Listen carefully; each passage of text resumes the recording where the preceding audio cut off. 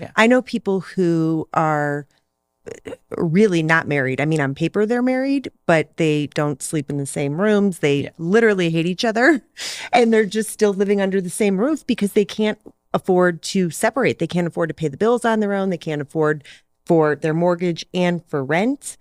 What I don't know what the answer is. I don't know what the best solution is. Well, and homeowners all have these rates, these COVID rates being in the 2 to 3s, right? And so that's their interest rate for their marital home.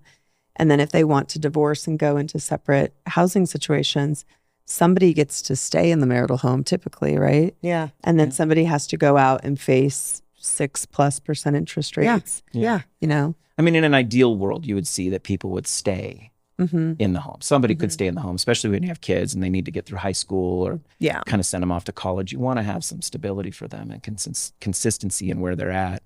But the reality I think that you find is that people, when they're living their lives, and this is super normal, that they live right at or just above their means, you know? And so when you're talking about separating two people, creating two separate houses, two separate stacks of bills, people can't afford it. No. Right. And especially when you have some families, they have like kind of a stay-at-home parent and the other person kind of is the breadwinner, so to speak.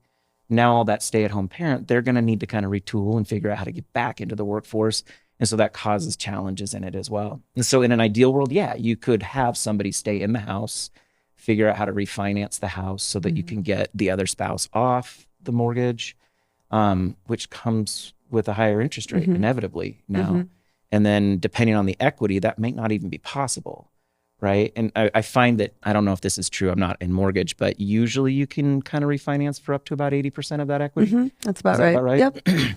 And so if somebody has to pay out half of whatever equity is in that house, and there's just not enough equity to pull, you know, half and get to that 80%, and you're stuck and they can't pay them out, you're kind of stuck in a situation where either that person has to take less money or you sell the house or you make up for it in other assets if those are available. Yeah. Right? And so, yeah, it makes it really, really challenging. And so, yeah, to your point, you do see people living in houses together post decree. Like that's not super uncommon.